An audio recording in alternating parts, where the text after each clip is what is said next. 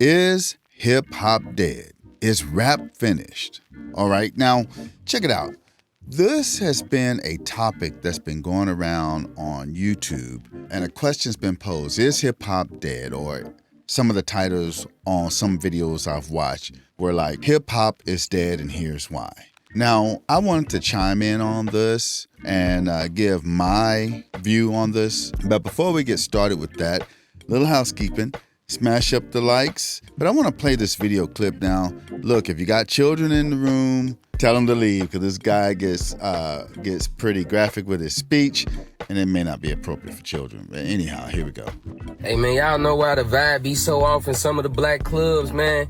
We really be in there trying to have a good time listening to 30 straight serial killer songs. Like, we really in there trying to have a good time and vibe out to murder music.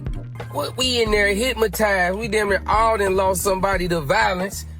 That's why we all in there on the verge of socking some shit. Cause we keep listening to serial killer music. These young mad ass niggas talk about hitting somebody with a switch, 30 clip, slide, man.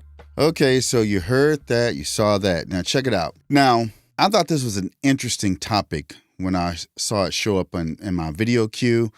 Is hip hop dead? Is rap dead? Now, I akin myself to the first generation of hip hop. And why do I say that?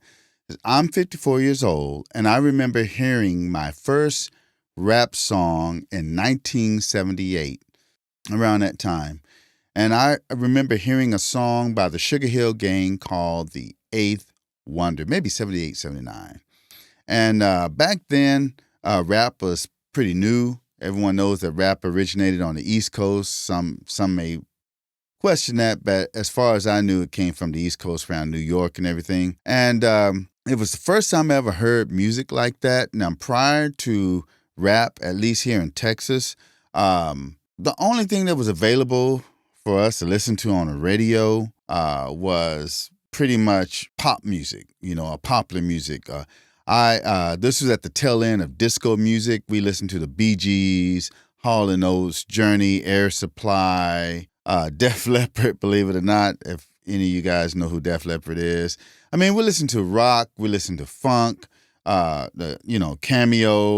the OJs, Shaka Khan, the Commodores and whatnot, Daz Band, Gap Band. I can go on and on. I'm not trying to give a music history, but that's what pretty much we listened to, right? So when Sugar Hill Gang came out with The Eighth Wonder, then the Rapper's Delight, we were like, man, what is this music? What is this? Because, see, rap wasn't played on the radio then. It was so new. It was raw. It was still underground. And I think there was artists like Curtis Blow, the Furious Five, the Treacherous Three, Kumo D. These are some old school rappers. I'm talking like very early 80s. Then in the 80s, Run DMC pretty much ran things, right? Okay, they had this real rough, rugged sound. Prior to that, most rap music was done over breakbeats, spin by DJ and records, right? There was no drum machines or none of that. I think the only group that used the drum machine, but it was more or less electro funk, was a Soul Sonic Force with Planet Rock and whatnot. But anyhow, most groups back then, they kind of used the DJ and they would use the break beats of a popular song and spin it back and forth. Run DMC was really the first group to come out. They were kind of accept the mainstream because they mixed rock with rap a little bit, and it was kind of like a stop and go style. And then came LL Cool J in around the mid 80s, and then a punk rock band transformed into a rap group, the Beastie Boys. It's funny because in their interview, they talked about how they did not want to do it, but Rick Rubin talked them into it, and License to Ill became a cult classic. I think it went like triple platinum, whatnot. And then you had groups like Eric B. and Rakim, which he was a really lyrical lyricist rapper, very fluid style. Big Daddy Kane, Roxanne Shante was one of the early female pioneers of hip hop. MC Lyte, and right around the late '80s, NWA came out, And man, that was a trip because we never heard people cussing like that over records. Then you had the 2 Live Crew, we call that the Booty Shaking Music from Miami. And the consciousness rap with Public Enemy, KRS-One. Then you had what we call the Daisy Age, the dancing guys like MC Hammer, Kwame, De La Soul, Tribe Called Quest. Then the boom bap era came in with Wu-Tang Clan. And then you had your Nas's, and of course Biggie, Pac, and Mobb Deep. Man, there's so many of them that was out there. Even Eminem was back in the day. Everyone think that, he got his big hit with Slim Shady, but he was around before that, Cypress Hill and whatnot. So I saw the evolution of hip hop from like more of a disco sound to a stop-go sound, consciousness rap style, real lyrical, gangster rap. Whew, boy, the G-Funk era. But still, all through the 80s and the 90s, and of course, the pioneers of the Dirty South, Ghetto Boys, okay? I know some people want to claim that, but I have to throw that in there. I'm not trying to give a history of hip-hop. I just want to tell you where I stand with it. So I'm well-versed at it because I saw the evolution of it from the beginning up to now. And during that time, especially when they started sampling, a lot of artists, a lot of popular bands would sue. A lot of rap groups would get sued for copyright infringement because they didn't want rap groups to be using their music or samples in their music. I remember hearing rock groups, because rock was prominent. We call it the big hair bands in the 80s, was really prominent. Rat Poison, Twisted Sister, and all that other stuff. They were really prominent in the 80s, and people were saying, rap is a fad. It'll never take hold, and it still wasn't mainstream. Rap really wasn't on the radio. MTV tried to have a little segment for rap called Yo MTV Raps, and that played all the way up until the mid 90s, because by that time rap had become a mainstream thing. Now, it was primarily in the African American neighborhoods, but then when white kids in the suburbs caught on to it, it really took off. Now, in those early days of hip hop, there was a lot of variety. I mean, a lot of variety. It was nothing to hear multiple types of styles of music, different type of beats. You had the stop and go, you had the very lyrical, you had the conscious, like I said, you had the boom bap, and it was a party rap, right? So it was fresh and new. Nothing really was the same. Of course, we went through the East Coast, West Coast wars in the early to mid 90s and whatnot. P. Diddy pretty much ran the 90s. Called himself Puff Daddy then. And of course, I became a Christian in 1990 after the Gulf War, and hip hop was my thing. Man, it was my thing.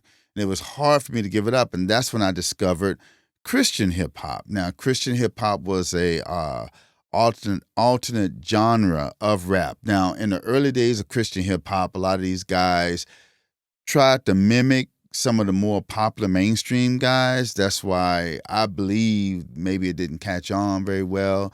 Some of the stuff was really good, like SFC, Freedom of Soul, D-Boy, Rodriguez, right? And even T-Bone. But some of it was really cheesy. Some of it was cheesy, man. I'm telling you, I ain't gonna lie. But SFC was really my favorite group, and Dynamic Twins, because they sounded more original. Rap music was still fresh. Rap music topped the charts. Everybody wanted to use it, and all the way up to like the somewhere in the 2000s. It was just dominant, right? The golden age of hip hop. Then somewhere in the mid 2000s up to now, things started to change. Just like every form of music went through this evolution. Right? It's fresh and new. Everybody wants a piece of it. Then the big boys start formulating the music to try to tailor it towards the audience, right? So they don't really want to vary from a formula that works, and then they start packaging it and pre-packaging it so that things are kind of be the same. And what ended up happening, at least in my opinion, to rap music is that in between those mid 2000s and now, rap music kind of became pre-packaged with the mumble rap, the trap, the drill, to where rap groups really was indistinguishable other than people like Kendrick Lamar, right? And other artists like him. Anyhow, rap music kind of got stale and stagnant, right? And started sounding the same. People started copying each other. The beats became predictable. Even now, when I listen to a rap song, I pretty much know where it's going because it all sounds exactly the same. Everybody raps the same. There's no distinguishable style, right? Everyone, to me at least, what I hear a lot of the young people are playing and what I hear on the radio, it pretty much all sounds the same, right? It's kind of like what happened to the big hair band music. Groups like Poison. I know some of you young cats who are watching this don't know who I'm talking about. You older dudes know who I'm talking about. Poison, Rat, and all those groups. Back in the day, in the late 60s, early 70s, heavy metal bust on the scene. And you had people like Deep Purple, Black Sabbath, Def Leppard, AC/DC that brought this new higher energy style of rock music, right? And it was called heavy metal.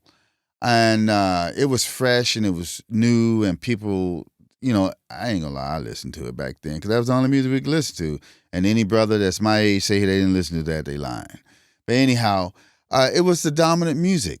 So in the 80s, just like hip hop, they figured out how to package this heavy metal, and they packaged it in these big hair bands. And when you see these pictures, you know what I'm talking about. And these bands all started sounding alike, sounding the same. They still were top sellers because that was the dominant music in the 80s, at least rock among kids, was that heavy metal, at least among white suburban kids. Black kids started listening to rap and hip hop. But that was the dominant music on the charts, a rock song, heavy metal song, right? A little, every now and then some pop music, but mostly rock song, kind of like how hip hop is today. But it got to a point to where this stuff started sounding cheesy, right? Everyone started sounding and talking about the same thing. And it's kind of like today, right? Rap, I'm not saying that these young kids today aren't skilled, but I see rap turning into or taking its hiatus like the big hair band music. The big hair band music was up here. Rap was doing this, right? And then somewhere it did this like that. And rap kept going up and up and up. And before you know it, rock is still around, heavy metal is still around, but it's not chart-topping stuff. You don't really hear it on the mainstream radio like in the 80s and stuff, or even the 90s with the grunge music. It's still here, though. People still like it.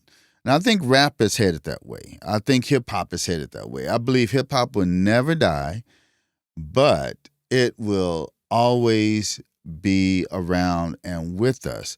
But it just won't be the prominent music like it was in the late 90s to the early 2000s. Unless something really, really changed. And even if it does change, it's just the cycle of life of music, okay? And I know some people may disagree with me on this, and that's okay.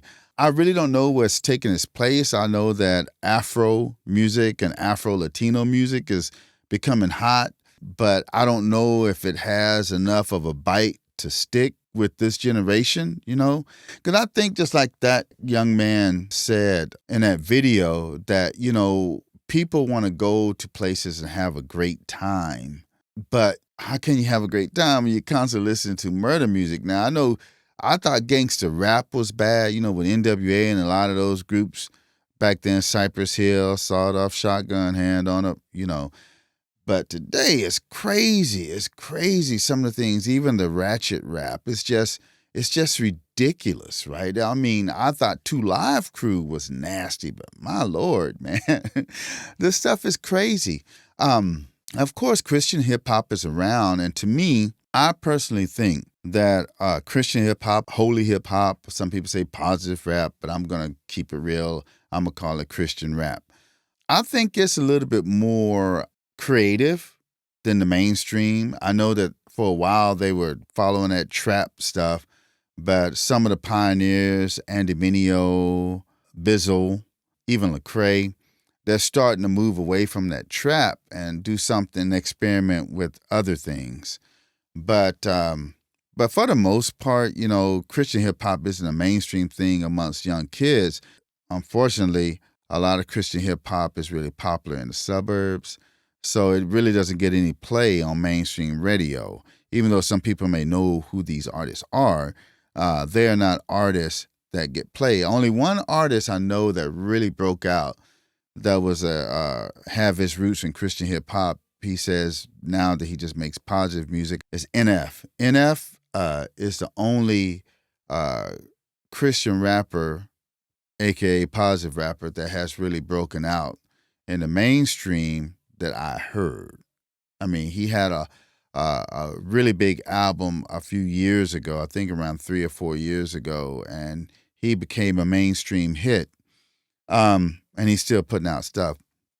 But anyhow, I tend to agree with what some of these cats are saying, because I've been seeing this topic show up in my YouTube queue for over a year. You know, different commentators, different influencers talking about it. But I believe that hip hop is on its way out from being the most dominant music influence here in America and across the world. I think something else is on its way to take its place. But anyhow, I'm going to cut this video. I want to know how you guys feel about this.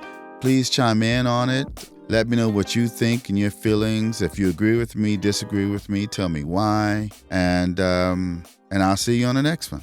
Peace.